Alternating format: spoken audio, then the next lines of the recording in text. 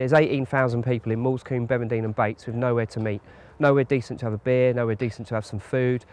Just, you know, and I just think that's not right. I really want this pub to happen, and I really feel that this pub can happen. I support the Bevy, and I've supported it right from the beginning because I think that every community deserves a decent church and a decent pub. But yeah, so basically we want somewhere where that's really lovely to go and meet up with your friends. Yeah, I would like to think I could pop in and be accepted and have a drink here. I don't have any problem with that.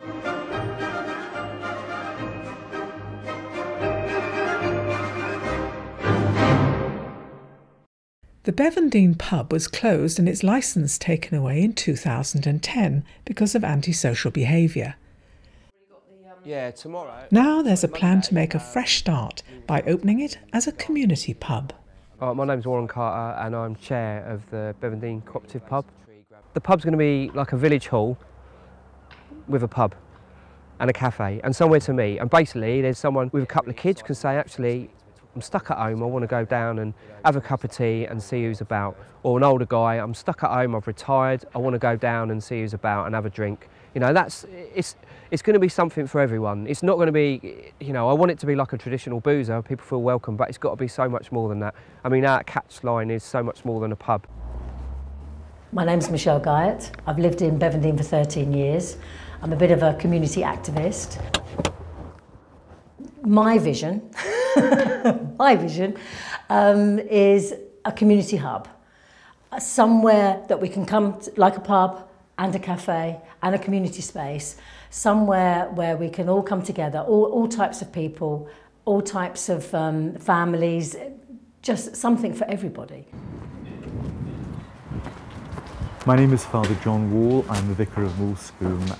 The Bevy was closed a long time ago, and I think part of the heart went out of the community. People need somewhere to go. There's quite a lot of isolation in our community, and I think that this would provide a place for people to go and to be safe. My name's Helen and I'm just a local resident. Honey! If we can reopen the Bevendine, which was, you know, first opened in 1937, we will be in a position where we are serving a local community again. Whether that's a coffee or a pint or a meal or just somewhere calm to sit, but it's within their own locality. They don't have to get on the bus, they don't have to get in the car. It's as simple as that, really. Yeah, it's just a meeting place.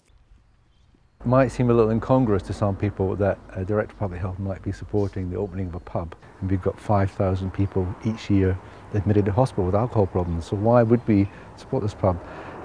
The reason is because it's not just a pub, it's really a community venture.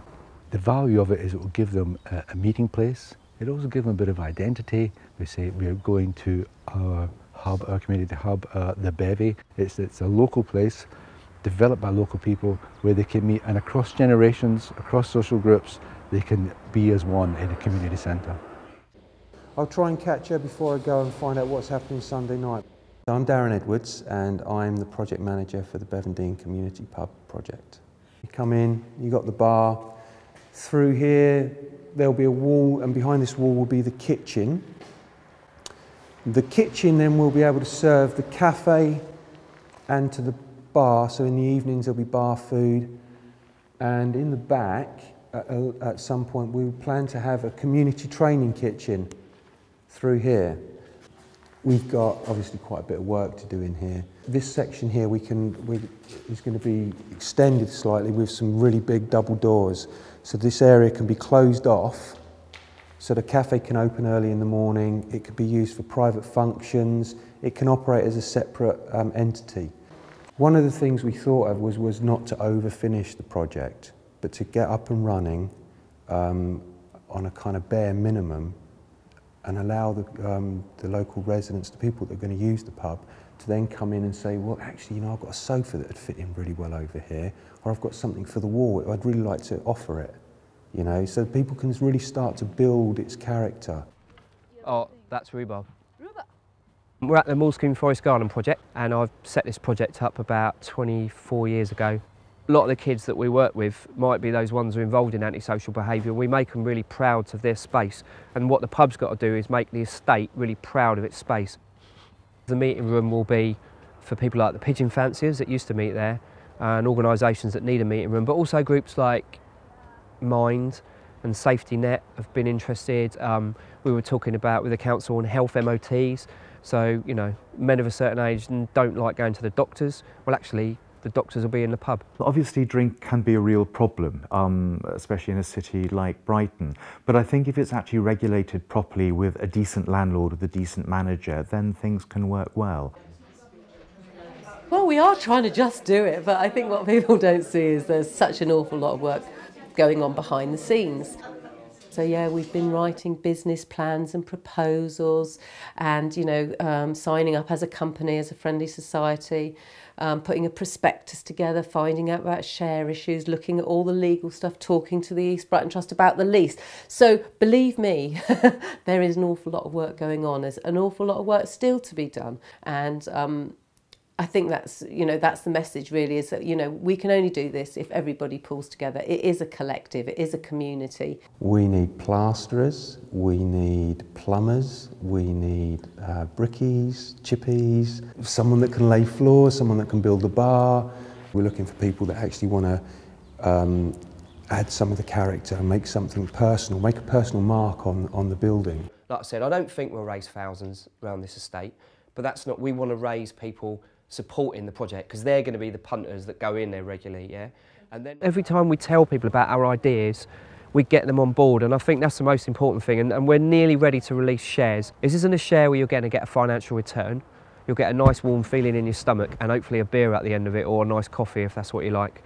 If 20 people raised 100 grand, actually that's not really much good to us, because that means only 20 people have said they're interested in ownership of the pub, and that doesn't work. Where this has been done before, it's often been done in rather well-to-do areas by middle-class people who are able to financially invest in the venture. You're not in that situation here, and you have people who are putting a lot of their time and effort and a lot of themselves into it. And I think that's the key difference for me. It's very much a bottom-up venture, and if it does work, and I think the signs are it could work, then I think it really could be a model for doing this in other similar communities. I will happily buy around. I will buy a share. My family are going to buy shares in the pub. The members of the congregation are very positive towards it, and they'll be buying shares as well. This is going to be a real community event, a community facility, and we're all really very excited about it. It could be the Tories' big society, it could be the Greens' decentralisation, it could be the Labour cooperative movement. I'm not really bothered. It fits into all the three political parties' ideals, you know, and it's about local communities getting together and making a difference, and well, we will. It'll be open soon.